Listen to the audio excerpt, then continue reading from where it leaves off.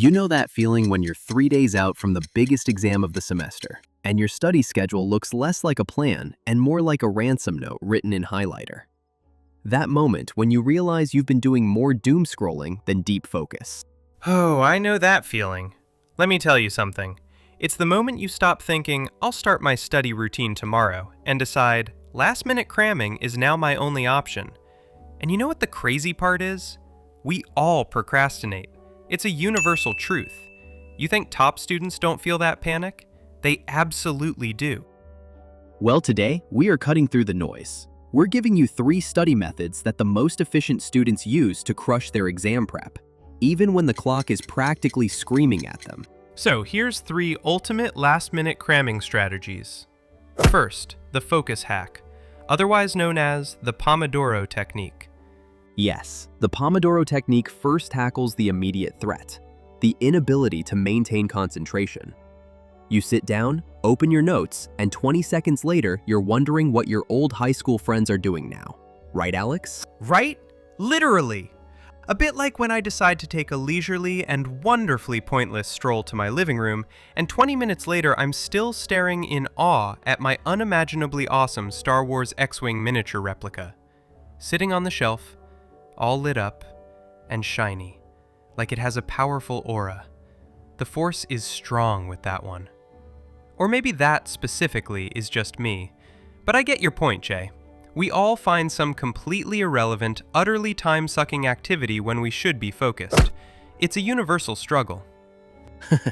Yeah, that's why the first cramming strategy is the Pomodoro Technique, your ultimate focus hack. This method was created by Francesco Cirillo in the 1980s, and the core idea is simple. You work with time, not against it. Here's why it's a last-minute cramming game changer. You set a timer for 25 minutes, that's 1 Pomodoro, and you work with deep focus on one thing and one thing only. When the timer rings, you take a mandatory short break. Repeat. It's a simple system of time blocking. Okay, you're focused, but now you have a huge volume of content to get through. How do you make sure that the facts you read actually stay in your head for the exam? Well, the second cramming strategy is active recall. Most students study like they're chilling on the couch watching Netflix. They reread their notes, they highlight everything in sight until the page looks like a neon billboard. They feel, and probably look, busy, but they're getting zero return on investment. Active recall forces your brain to retrieve the information, which is how memory is actually solidified.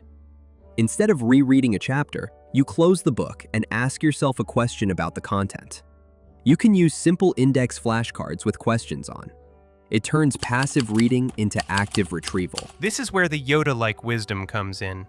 Here's a quote from the book Make It Stick: The Science of Successful Learning. Learning is stronger when it matters, when the abstract is made concrete and personal. Right? Don't just memorize the definition. Think, how does this concept apply to your life? How could you explain this to a 5-year-old? That moment you make the abstract personal, that's your Jedi mind trick. That's my line, Jay.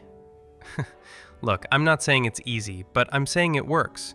It's going to feel harder than just reading, but that feeling of struggle, that's your brain actually building the memory connections. Embrace the struggle. All right, we're not done yet. You've crammed, you've focused, you've used active recall to get the information in. Now we need to stop you from instantly forgetting it. Because the minute you finish your exam prep, your brain is already trying to delete those temporary files. That's where the third cramming strategy, a simplified version of spaced repetition, comes in. Traditionally, this is a long-term study strategy. But for a cramming scenario, we use it as a retention schedule for the final 48 hours. The enemy of cramming is the one-time read. You read it once, you feel good, you go to bed, and poof, it's gone. You need to review, but not everything. You only have time for the key concepts you just learned using active recall. The plan is simple. Review the key concepts 3 times before the exam. Your first review should be 5 short minutes after your initial learning session. Use those flashcards. At the second review, go over those same points again, maybe before bed.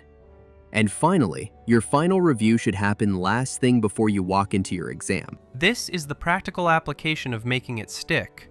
It's a quick, deliberate re-exposure, telling your brain, really, this is important. Do not delete this file before the test. And listen, this is a subjective process. You might find you need 4 reviews, or maybe just 2 work for you. Now, stay tuned to the end of the video to get links to our other useful videos on tackling procrastination.